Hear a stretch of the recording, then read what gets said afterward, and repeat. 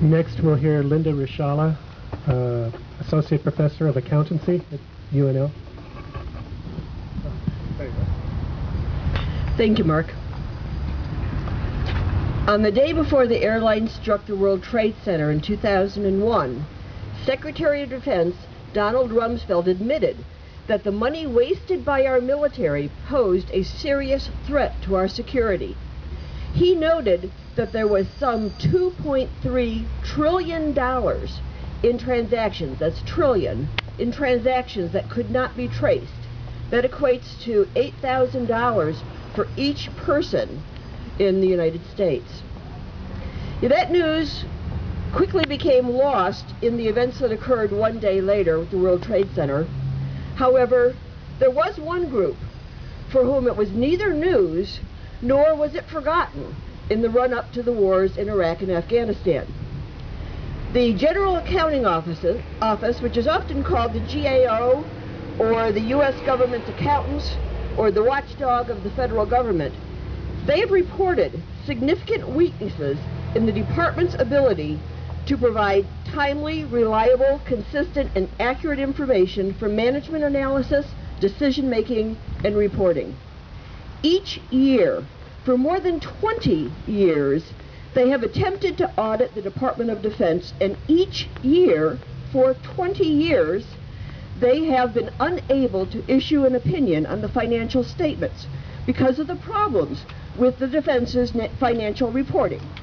In the GAO's own words, one of the main obstacles to a GAO opinion was the serious financial management problems at the Department of Defense that made its financial statements unauditable.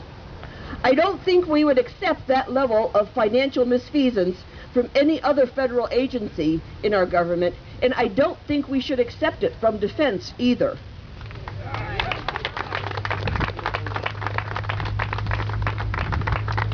And now, Defense cannot even account for the number of contractors that are working in Iraq and Afghanistan, let alone the number of contracts or the number of dollars that are spent. They know that the number is significant, perhaps over 160,000 contractors. An estimated 56,000 more contractors, almost double the 30,000 additional troops that were deployed this year, are expected to be working in Afghanistan and by the end of 2010, according to the Congressional Research Service. The number of contractors could top 160,000, but that's just an estimate, because the number of contracts and the number of contractors and the complex web of contractors and subcontractors and corporations and subcorporations make it impossible to track what's really going on. We cannot continue to throw money at a system that is as incompetently operated as our military.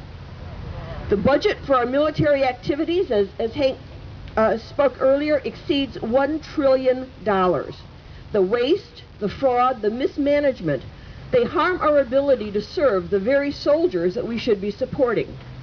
As any manager of a company knows, a strong and effective operations within a company cannot be run without strong financial reporting and analysis. I teach my students that every day. Military operations must be negatively impacted by allowing this long-term, cynical financial mismanagement to continue. And now, the magnitude of such mismanagement is so significant that is not just hurting our military operations, but also the basic fiscal soundness of the nation. The Department of Defense and related military operations offer the nation's best opportunities for very significant budget and deficit reductions. Just as there is no company that is too big to fail, there is no unit of government or type of essential service that is so essential as to operate inefficiently. Significant reductions in the military-related budgets might increase the type of financial stewardship that would increase the efficiency and the effectiveness of military operations.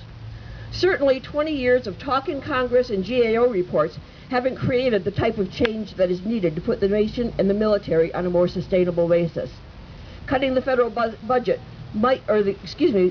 cutting the military budget in half just might be the signal needed for them to get their financial house in order. Thank you.